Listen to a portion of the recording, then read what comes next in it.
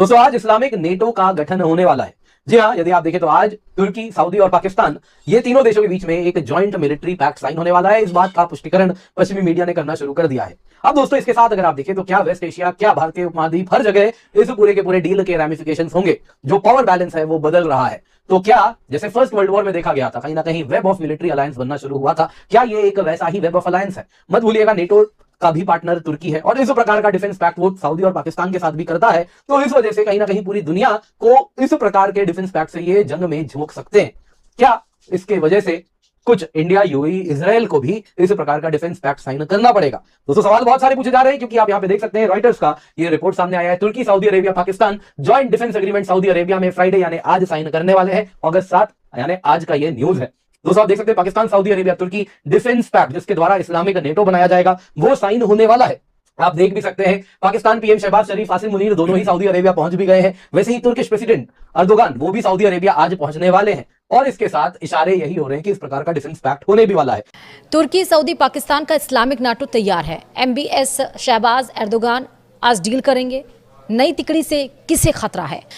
पश्चिम Asia की राजनीति में बड़ा गेम बदलने वाला है क्योंकि पाकिस्तान, तुर्की और सऊदी अरब एक ऐसे त्रिपक्षीय रक्षा समझौते को अंतिम रूप देने में जुटे हैं जिसे क्षेत्र में नया सुरक्षा गठबंधन माना जा रहा है। CNN न्यूज 18 की रिपोर्ट के मुताबिक सूत्रों ने कहा है कि इस डील की लगभग सभी शर्तों पर सहमति बन चुकी है और अब देने की तैयारी चल रही है। अगर ये डील हो जाती है तो ये इस्लामिक नाटो कहा जाएगा।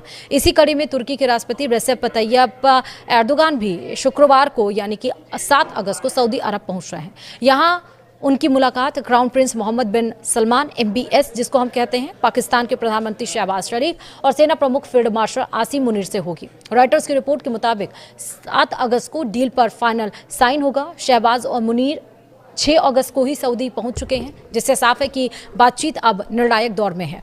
यह गठबंधन सीधे तौर पर नाटो और अमेरिका पर निर्भरता घटाने वाला कदम है। हलचल की निशानी दे रही है। सबसे पहली खबर को अगर आप डिकोड करें तो खबर यह है कि अगर पाकिस्तान पर भारत हमला करता है तो तुर्की और सऊदी दोनों मिलकर उसको बचाएंगे। अब आप पूछेंगे कि क्या इसका अनाउंसमेंट हो गया? हेडलाइंस बन चुकी हैं। पीएम शहबाज शरीफ सऊदी अरब की यात्रा पर हैं। सऊदी के पास जेद्दा, सऊदी में जो जेद्दा है वहां पर तुर्की के अर्दगन पहुंच रहे हैं और इनके बीच एक एग्रीमेंट होने जा रहा है डिफेंस पैक्ट का। इसी बीच में पाकिस्तान, जो कि इतने दिनों से अपनी इमेज चमकाता घूम रहा था, वो अपनी सुरक्षा के लिए, क्योंकि इसे पता है कि इसके ऊपर कोई और देश हमला नहीं करेगा, हमला केवल भारत करेगा या अफगानिस्तान करेगा, तो भारत से बचने के लिए जहां पहले इसने सऊदी के साथ डिफेंस पैक्ट किया था, अब ये तुर्की को भी साथ लेने चला गया है। तुर्की, याद करिएगा, ये वो देश है जिसने अपने ड्रोन्स, बायरक्तार ड्रोन्स पाकिस्तान को देने का पहले से ही वचन लिया हुआ है। तुर्की लगातार सैन्य तकनीक में बहुत तेजी से आगे बढ़ रहा है। अंतरराष्ट्रीय मंचों पर कश्मीर मसले पर पाकिस्तान का कट्टर समर्थक रहा है। अब वो इसके साथ डिफेंस पैक्ट करने जा रहा है। डिफेंस पैक्ट का मतलब हुआ कि अगर पाकिस्तान पर हमला हुआ तो तुर्की पर हमला माना जाएगा, तुर्की पर हमला हुआ तो पाकिस्तान पर हमला माना जाएगा। यानी कि एक प्रकार का नाटो टाइप अलायंस बनता चला जा रहा है। यानी कि ऐसा गठबंधन बनता चला जा रहा है जिसकी कल्पना मुस्लिम राष्ट्र इस्लामिक नाटो के रूप में करते हैं। उसमें से 3 प्रमुख देश अगर इस तरह की घटना में इनलीन होंगे तो उसके मायने बहुत गंभीर होंगे।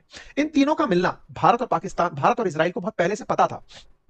इसीलिए अगर आपको याद हो तो नेतन्याहू और प्रधानमंत्री जी की जो मुलाकात थी, जिसमें एक हेक्सागन बनाने की बात हुई थी, जिसमें ग्रीस था, साइप्रस था, इजराइल था, भारत था और यूएई था, इन देशों को मिलकर के तुर्की और पाकिस्तान के सामने इकट्ठा होकर प्लान करना था।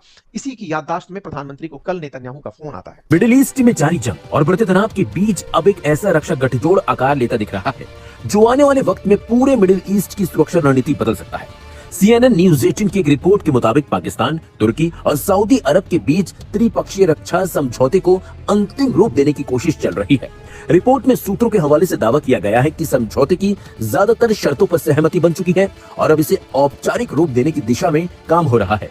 अगर ये समझौता होता है तो इसे मिडिल ईस्ट में एक नए क्षेत्रीय सुरक्षा ढांचे की शुरुआत माना जा सकता है। हालांकि इस्लामिक नाटो फिलहाल कोई आधिकारिक नाम नहीं है, बल्कि इस संभावित गठजोड़ की ताकत और सामूहिक सुरक्षा व्यवस्था को समझाने के लिए इस्तेमाल किया जा रहा एक मीडिया विश्लेषणात्मक शब्द है। इस घटनाक्रम को मिडिल ईस्ट की मौजूदा जंग से जोड़कर देखना बेहद जरूरी है। ईरान और इजराइल के बीच बढ़ते सैन्य तनाव, मिसाइल और ड्रोन हमले, अमेरिकी सैन्य मौजूदगी और खाड़ी देशों की सुरक्षा चिंताओं ने पूरे क्षेत्र का सुरक्षा समीकरण बदल दिया है। ऐसे माहौल में सऊदी अरब अपनी सुरक्षा के लिए पश्चिमी देशों पर निर्भरता कम करने और क्षेत्रीय साझेदारियों को मजबूत करने की कोशिश कर रहा है। मत भूलिएगा कल की बात है, बेंजामिन नेतन्याहू जी ने पीएम मोदी को कॉल भी किया था, जिसमें अगर आप देखें तो हमने चर्चा की India Israel special strategic partnership के उसकी ओर। क्या ये कुछ मैसेज है कि अगर तुम डिफेंस डील कर रहे हो, डिफेंस पैक्ट कर रहे हो, तो हमारे भी India Israel special strategic partnership के कुछ अलग अलग एस्पेक्ट्स हैं जिनमें क्या प्रोग्रेस रीच हुआ है उस पर चर्चा हुई है।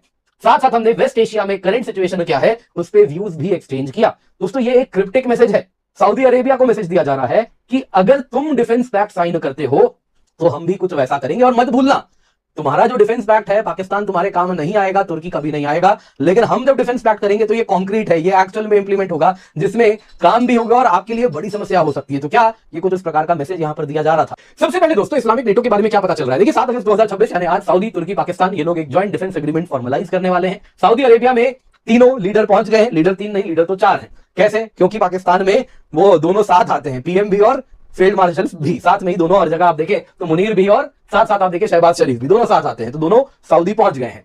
कई सोर्सेज ने ये क्लेम किया कि सऊदी मिलिट्री और अगर आप देखें तो ये डिफेंस पैक्ट साइन होने वाला है। Saudi crown Prince MBS trilateral meeting कर रहे हैं, ये तो कंफर्म्ड है। वहीं पाकिस्तान के लिए यह भारत के खिलाफ बनाई जा रही रणनीति माना जा सकता है।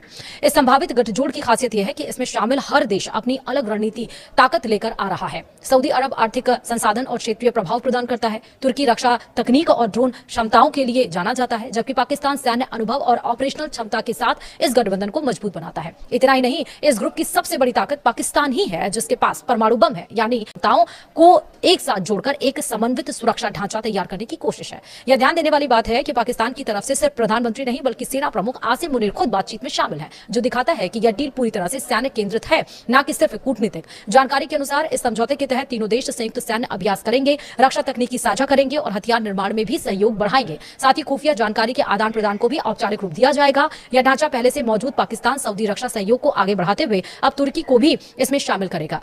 पाकिस्तान सऊदी की दोस्ती पहले से रक्षा समझौते में बदल चुकी है। सितंबर 2025 में दोनों देशों ने स्ट्रेटेजिक म्यूचुअल डिफेंस एग्रीमेंट पर हस्ताक्षर किए थे। इस समझौते में एक देश के खिलाफ आक्रामकता को दोनों देशों के खिलाफ आक्रामकता माना गया था। अब अगर तुर्की भी इसी तरह के व्यापक सुरक्षा ढांचे में शामिल होता है तो इसका दायरा काफी बड़ा हो सकता है। तीनों देशों की ताकत भी इस संभावित गठजोड़ को खास बनाती है। सऊदी अरब के पास भारी आर्थिक संसाधन और खाड़ी देशों में मजबूत राजनीतिक प्रभाव है। तुर्की के पास आधुनिक रक्षा उद्योग, ड्रोन और सैन्य तकनीक है। वहीं पाकिस्तान के पास बड़ी सेना, परमाणु क्षमता और दशकों का सैन्य अनुभव है। यानी पैसा, टेक्नोलॉजी और सैन्य ताकत तीनों एक मंच पर आ सकते हैं। CNN न्यूज 18 की रिपोर्ट में यह भी बताया गया है कि तुर्की के राष्ट्रपति रेसेप तैयब एर्दोगान की सऊदी यात्रा के दौरान सऊदी क्राउन प्रिंस मोहम्मद बिन सलमान, पाकिस्तान के प्रधानमंत्री शहबाज शरीफ और सेना प्रमुख फील्ड मार्शल आसिम मुनीर के साथ बातचीत अहम होगी। पाकिस्तान की तरफ से सेना प्रमुख की मौजूदगी संकेत देती है कि मामला केवल राजनीतिक या कूटनीतिक तक नहीं बल्कि गहरे सैन्य सहयोग से जुड़ा है।